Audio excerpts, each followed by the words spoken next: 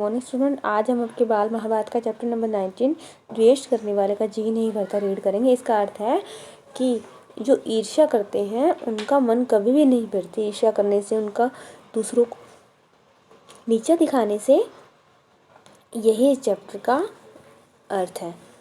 पढ़ लेते हैं हम कि कौन द्वेष करता है।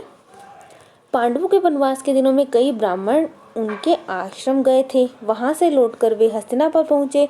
धृतराष्ट्र को पांडवों के हालचाल सुनाए। धृतराष्ट्र ने जब सुना कि पांडव वन में बड़ी तकलीफ उठा रहे हैं तो उनके मन में चिंता होने लगी। लेकिन दुर्योधन और शकुनी थे, वो कुछ और ही सोच रहे थे। वो सोच रहे थे कि दुर्योधन की इच्छा तो कुछ और ही थी कि वो पांडवों को तकलीफों में देखना चाहते थे, कि वो खुश होना चाहते थे। मन से तसल्ली कर रहे थे कि मुझे तो जब ही तसल्ली होगी जब मैं पांडवों को तकलीफ उठाते हुए सिर्फ सुनूं नहीं बल्कि उनको देखूं। तो वो कर्ण और शकुनी से बोलते हैं कि आप ऐसा कोई उपाय सोचिए कि जिससे मैं वन में जाकर उनको देखूं, उनको देख पाऊं पांडवों को तकलीफ में कैसे होते हैं। तो कर्ण ने एक उपाय दिया कि द्वैतवन में कुछ बस्तियां हैं जो हमारे अधीन हैं, हमें उनकी गणना करनी होती है, तो हम वहां पे जा सकते हैं और ये काम राजकुमारों का ही होता है। तो जो दुर्योधन थे वो तो मारे खुशी के उछल ही पड़े। उनको तो जैसे पता नहीं क्या मिल गया हो, वो वही देखना चाहते थे। और पांडव भी वहीं द्वैतवन के आसपास ही थे, तो उनको उपाय मिल गया था कि किस तरह वो पांडवों को तकलीफ में देख सकते थे। तो उन्होंने धृतराष्ट्र से जाकर कहा कि मुझे वहां जाने की अनुमति दीजिए। धृतराष्ट्र ने साफ मना कर दिया कि नहीं जाना। तो दुर्योधन ने उन्हें एक तरह से विश्वास दिलाया कि हम पांडवों के पास नहीं जाएंगे, क्योंकि जहाँ पे पांडव ठहरे हैं वहाँ पे नहीं जाएंगे। और धृतराष्ट्र जानते थे कि दुर्योधन हो सकता है इसीलिए वहाँ पे जा रहा है। तो जब विश्वास दिलाया दुर्योधन ने कि वो वहाँ पर नहीं जाएंगे तो उन्होंने अनुमति दे दी और वो अपनी सेना के साथ लेकर द्वैतवन के लिए रवाना हो गए। दुर्योधन और कर्ण फूले नहीं समा रहे थे, क्योंकि वो उनको तकलीफ में देखना चाहते थे पांडवों को।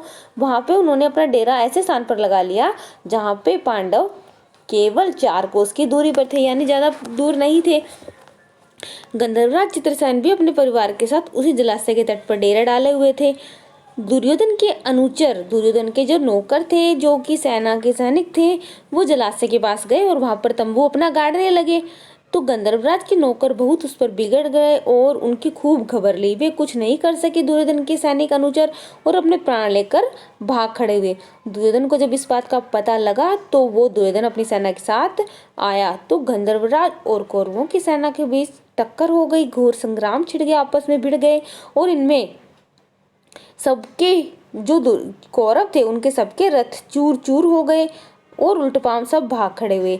अकेला दुर्योधन लड़ाई के मैदान में अंत तक डटा रहा, लेकिन कितने समय तक लड़ सकता था वो।